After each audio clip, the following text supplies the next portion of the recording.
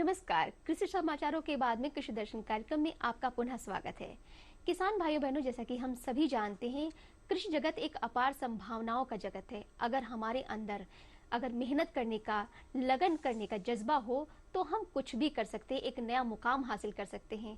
ऐसे मुकाम हासिल करने वाले प्रगतिशील किसानों से हम समय समय पर आपको मिलवाते रहते हैं। आइए आज हम एक ऐसे प्रगतिशील किसान से आपकी भेंट करवाते हैं जिन्होंने अपनी मेहनत और लगन से कृषि क्षेत्र में एक नया मुकाम हासिल किया है। आनंद जी, आपका हमारे कार्यक्रम में बहुत बहुत स्वागत है। जी नमस्कार, धन्यवाद। जी आनंद जी, सबसे पहले तो हम आपके बारे में जानना चाहते हैं। आपका गांव कहाँ है और आपकी शिक्षा दीक्षा कहाँ से हुई और आपके परिवार में कौन है, आपकी पृष्ठभूमि कैसी रही, इस विषय में पहले जानकारी दीजिए हमें। मैं आनंद मिश्रा, जनपद रायबरेली से एक छोटे से गांव कचनावर डीह ब्लॉक का निवासी हूं और अभी नींबू की बागवानी करते हैं। जी, जो मेरी पहचान है नींबू की बागवानी और लेमन मैन के नाम से मुझे देश में जाना जाता है। बहुत अच्छी बात है। और शुरुआती शिक्षा दीक्षा हमारी यहीं हुई है और बीबीए करके हम मल्टीनेशनल कंपनी में नौकरी करते थे। जो नौकरी करते करते जब भी हम गांव आते थे तो जो किसानों को देखते थे, पेपर में खबरें आती थी, टीवी चैनल्स पे देखते तो किसान बहुत दुखी लगता था। क्योंकि जो किसानों का बहुतायत काम है वो ट्रेडिशनल खेती पे है, बागवानी की तरफ कम है। जिन्होंने बागवानी की हुई है वो काफी संपन्न है ट्रेडिशनल के अपेक्षा। तो मुझे लगा कि इन किसानों के दुख को दूर करने के लिए हमें कुछ करना पड़ेगा। युवकों का पलायन में देखता था। मैं बड़ी कंपनी में था तो मेरे पास बहुत सारे लोगों के आते थे, बायोडाटाज आते थे नौकरी के लिए। तो मुझे लगा कि इसको कहीं ना कहीं ब्रेक करना है। तो उसको आगे बढ़ाने के लिए मैंने अपनी नौकरी को ब्रेक करके वापस अपने गांव आ गए और अगल बगल के जनपदों में सर्च करके जब देखा कि नींबू की बागवानी नहीं होती है तो हमने नींबू की बागवानी को चुनाव किया।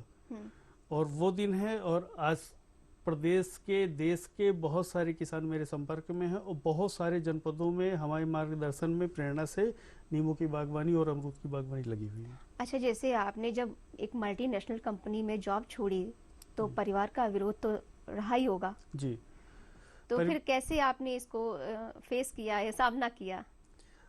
परिवार का विरोध काफी रहा जी। माताजी एकदम नाराज थी, लेकिन हमारी बीवी और बच्चों ने बहुत सपोर्ट किया।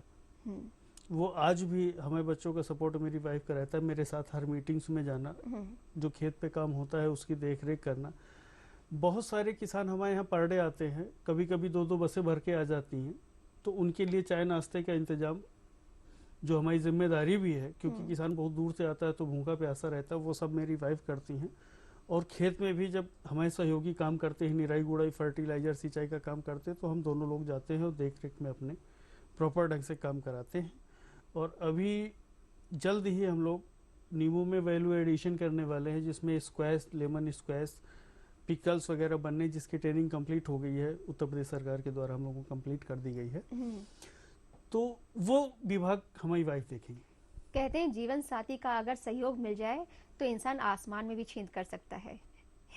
कहावत है ये। बिल्कुल जी। लेकिन ये कर सकते हैं, क्योंकि अगर आपके साथ में आपका पिलर खड़ा है तो आप मजबूती से खड़े रह सकते हैं।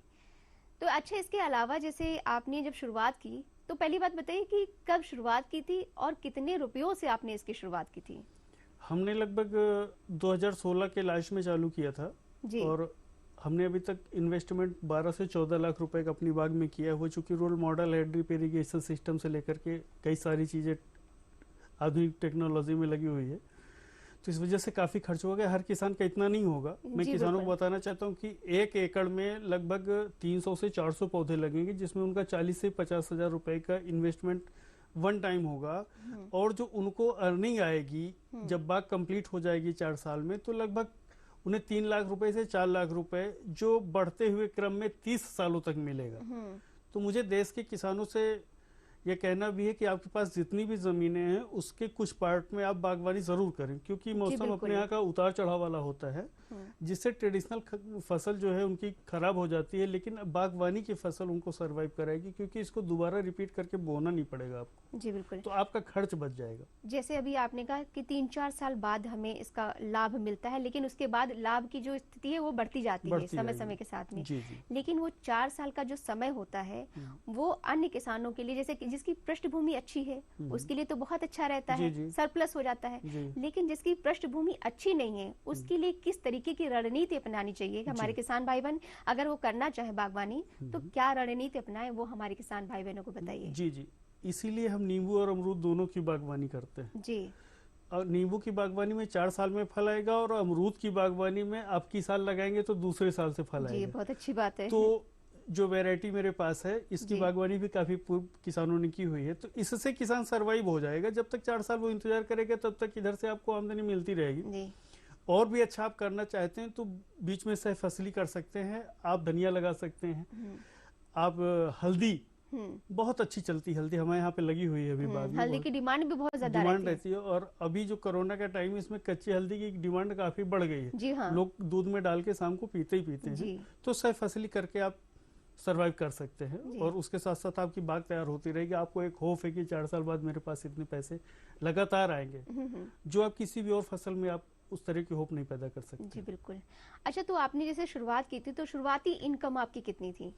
पहले साल हमें 80,000 रुपए की आमदनी हुई, दूसरे साल जो है वो 1 लाख की हुई, फिर 3 लाख की हुई, यानी बढ़ती रही। और अब की साल आमदनी 0 है, इसलिए क्योंकि हमने नींबू बहुत कम बेचा है, पूरा दान कर दिया है कोरोना काल में, जो भी जरूरतमंद लोग रहे। बहुत अच्छी पहल की है आपने, क्योंकि इंसानियत तो बहुत जरूरी है। किसान के अंदर भी इंसानियत होती तो किसान नहीं, अन्नदाता जिसे कहा जाता है ना, तो वो अन्नदाता बन के निकलता है। जी, तो जो भी किसान हमारे यहाँ पे आते रहे और उस रास्ते से जो भी गुजरा, या हम जहाँ पे भी गए हैं, पूरा नींबू दान किया। लोग आते थे झोला भर के, बोरा भर के ले जाते, तो उनको मैंने बता भी दिया था। इवन कई सारे पेपर्स में पब्लिश हुआ था कि फला तारीख को भी अभी 10 कुंटल भैया के यहाँ बचा हुआ, आप नींबू ले जा सकते हैं। तो काफी नींबू बांटा मैंने आपकी। तो जैसे नींबू लगाने में, अब जैसे मान लीजिए आप कोई कार्य करते हैं तो उसमें कठिनाइयां भी आती हैं, चुनौतियां भी आती हैं, तो उन कठिनाइयों के बारे में बताइए और उन चुनौतियों का जो सामना आपने किया उसके बारे में बताइए। जी हाँ, चूंकि नींबू अपने प्रदेश के लिए नई फसल है जी, ये बाहर होती है, आंध्र प्रदेश होता है, इधर नासिक साइड में होते हैं, मद्रास में होता है, इधर कम से कम होता है। लोग 1-2 पौधे अपने शौक, जलवायु वैसी नहीं। तो जब शुरुआत में लगाया तो काफी डिजीजें आई, काफी दिक्कतें आई, लेकिन कृषि विभाग से लेकर के उद्यान विभाग ने हमें काफी सहयोग किया। जो भी उसके अधिकारी रहे वहाँ पे विजिट करने आते रहे, लखनऊ से वहाँ पे गए, हमें पूरा मार्गदर्शन दिया। तो थोड़ा बहुत दिक्कतें आई। तो किस तरीके का सहयोग सरकार के माध्यम से रहा, वो भी हमारे किसान भाई बहनों को बताइए, ताकि उनको भी इस बारे में पता रहे। सरकार का सहयोग ये रहा कि मौसम से लेकर के हर जानकारी दिया जी। जो भी उसमें डिजीजें आई उसके बारे में हमें पूरा समझाया। और अभी लेटेस्ट हमारे यहाँ पे ड्रिप इरिगेशन लग गया है, जिससे हमें सिंचाई के लिए बहुत फायदा हो गया है, और कम से कम पानी में अच्छा उत्पादन हमें मिल जाता है। एक आम किसान, जैसे एक जो आम किसान है वो करना चाहता, आप तो पढ़े लिखे शिक्षित हैं, तो लेकिन अगर कोई आम व्यक्ति है वो करना चाहता है, इस तरफ अपना रुझान करना चाहता है, तो उसके लिए सबसे पहला कदम क्या होगा, कैसे वो तैयारी करे नींबू की बागवानी के लिए? जी हाँ, सबसे पहले उसे अपने खेत का चयन करना होगा, उसको बराबर करना होगा, समतलीकरण करना होगा, क्योंकि बाग एक बार लग गई तो फिर आपको समतलीकरण करने की गुंजाइश नहीं होगी। इसके बाद सर्वप्रथम आपको पौधे का चयन अच्छा करना होगा। अच्छा, प्रजाति के बारे में बता दीजिएगा। प्रजाति अपने यहाँ मेन रूप से कागजी नींबू ज्यादा चलता है, और अगर आपको इंडस्ट्रियल यूज के लिए लगाना है तो जैसे हमने लगाया हुआ है थाई सीडलेस लेमन, जिसका उत्पादन कागजी की अपेक्षा बहुत ज्यादा है।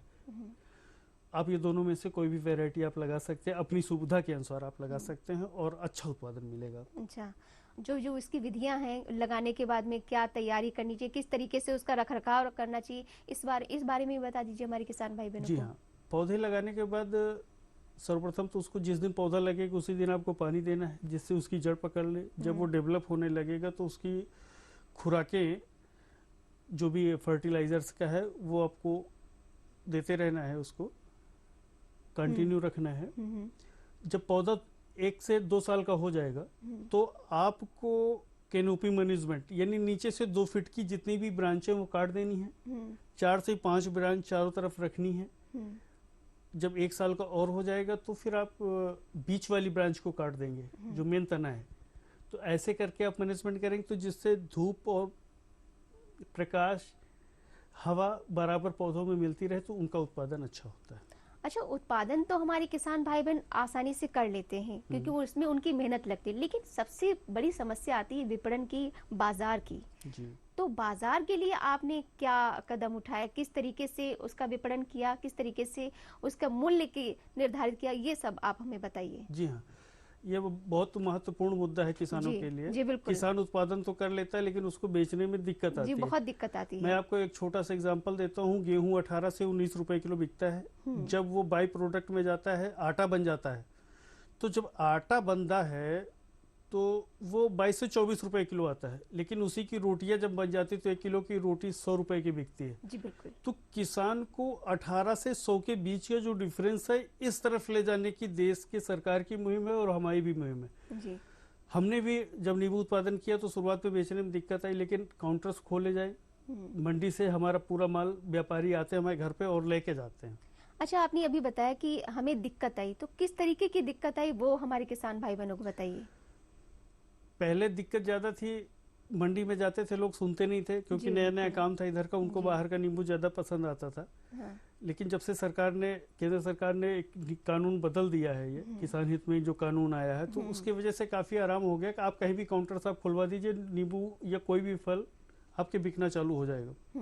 जी। अच्छा, जैसे अभी आपने कहा कि युवाओं की भागीदारी सुनिश्चित हो, तो इसके लिए आप क्या कदम उठा रहे और आप अपने खेत में किस तरीके से लोगों को रोजगार दे रहे हैं। युवाओं की भागीदारी कृषि की तरफ होना आवश्यक है और बढ़ भी रहा है। जी हाँ, कई सारे स्टेप हम लोग ले रहे हैं। गवर्नमेंट ने बहुत सारे स्टार्टअप चालू किए हुए हैं। मुझे लगता है कि हमारे पास 100 किसान आते हैं तो उसमें 45 से 50 नवयुवक रहते हैं जिनको बागवानी में काफी इंटरेस्ट है और वो करने भी लगे हैं और कर भी रहे हैं। हमें पास बहुत सारे फोन कॉल से भी आते हैं, उसमें नवयुवक रहते हैं। उन्हें करना भी चाहिए क्योंकि उनके पास पैतृक जमीनें हैं और वो जमीनें ऐसी खाली पड़ी हुई हैं। बहुत सारे किसान ऐसे हैं जिनके खाली पड़ी, उसमें कुछ भी नहीं हो रहा, ट्रेडिशनल फसल तक वो नहीं ले रहे। तो अगर वो बागवानी करते हैं तो मुझे ऐसा विश्वास है कि बहुत अच्छा कर पाएंगे वो, क्योंकि नवयुवकों के जो दिमाग में जो विचार हैं वो काफी नए तरीके से आते हैं और जिससे कि वो अनुभव के आधार पे, अपने एक्सपेरिमेंट के आधार पे बहुत अच्छा कर सकते हैं कृषि जगत में। जी हाँ।